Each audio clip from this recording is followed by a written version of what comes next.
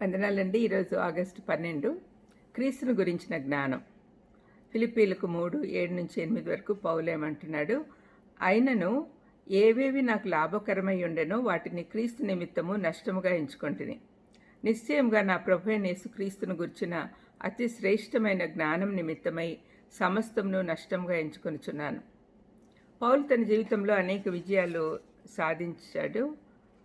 అయినా అవి చెత్తగా భావించి వదిలేశాడు. క్రీస్తుని గురించిన జ్ఞానం ముందు అవి అనవసరం అనుకున్నాడు.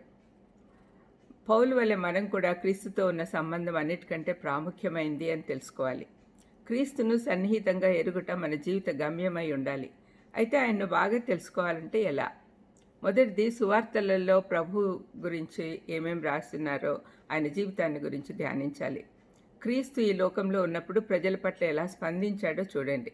రెండవది, క్రీస్తుని గురించి కొత్త నిబంధనలో వ్రాయబడినవన్నీ చదవండి. ఉదాహరణకు కొలస్సీ 1:15 నుంచి 2:15 వరకు. మూడవది, నువ్వు స్తుతిస్తూ ఆరాధిస్తూ ఉన్నప్పుడు, ప్రార్థిస్తూ ఉన్నప్పుడు యోహాను 14:26లోని మాటలు జ్ఞాపకం చేసుకుంటే పరిశుద్ధాత్మను అడగాలి, ఆయన అన్నీ మనకు అర్థమయ్యేటట్టు చేస్తాడు అని రాయబడింది.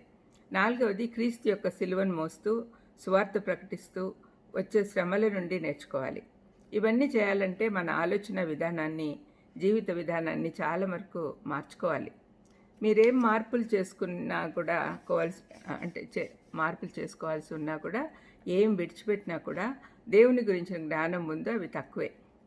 పైన చదువుకున్న వాక్య భాగంలో తనకు లాభకరమైన ఉన్నవన్నీ వదిలిపెట్టుటకు పౌలు ఏమాత్రం సంశయించలేదు, వెనుకకు తిరిగి చూడనూ లేదు. క్రీస్తుని గురించిన జ్ఞానం అన్నిటికంటే చాలా శ్రేష్టమైంది. ఈ లోకంలో దొరికే అన్నిటికంటే ఎంతో పై స్థానంలో ఉంది. యేసుప్రభువును దమస్కు మార్గంలో కలిసినప్పటి నుండి క్రీస్తుపై నుండి పౌలు తన కన్నులు తిప్పలేకపోయాడు. తన ప్రభువు అని పిలుస్తున్నాడు. అందుకే ఆయన కొరకు ఎన్నో హింసలు పొంది అన్నీ పోగొట్టుకున్నాడు. కేవలం క్రీస్తు తన కొరకు చేసిన త్యాగమును బట్టి కృతజ్ఞతతో పోగొట్టుకున్నట్టుకు సిద్ధపడలేదు. కానీ ఈనాడు మహిమతో తండ్రి కుడి చేతున కూర్చొని ఉన్న క్రీస్తు అతని హృదయాన్ని ఆకట్టుకున్నాడు. కాబట్టి అన్నింటినీ పెంటతో సమానంగా చూశాడు.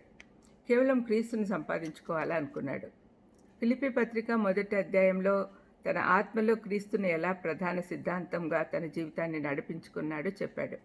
2వ అధ్యాయంలో పౌలు క్రీస్తును మాదిరిగా తీసుకొని తగ్గింపు స్వభావం నేర్చుకున్నాడు. అయితే ఈ 3వ అధ్యాయంలో పౌలు క్రీస్తును తన గమ్యంగాను తాను పొందబోయే కిరీటంగాను చూశాడు. అంతిమంగా ఆయనను గెలుచుకోవాలనే కోరికతో గమ్యం వైపు పరిగెత్తినట్లు చూస్తున్నాం. నా పరుగు కడముట్టించి తిని అని గర్వంగా చెప్పగలిగాడు. తన గమ్యం చేరాలంటే మహిమాలోకంలోకి వెళ్ళాలి. అక్కడ క్రీస్తుతో మహిమతో తన తండ్రి సింహాసనంపై ఆయన కుడి చేతి వైపున కూర్చుని ఉన్నాడు. ప్రభు అతి సన్నిహితంగా ఎరుగుటయే పౌలును తృప్తిపరుస్తుంది. మనకు కూడా అలాంటి తృప్తి కావాలని ప్రార్థన చేసుకుందాం.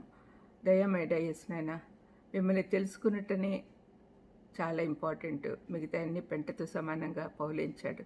అదేవిధంగా మేము కూడా తలంచేటట్టు చేయమని, మాలో మార్పు కంప్లీట్గా వచ్చేటట్టు చేయమని యేసుక్రీస్తు నామమున వేడుకొంచున్నాను తండ్రి. ఆమేన్. God bless you.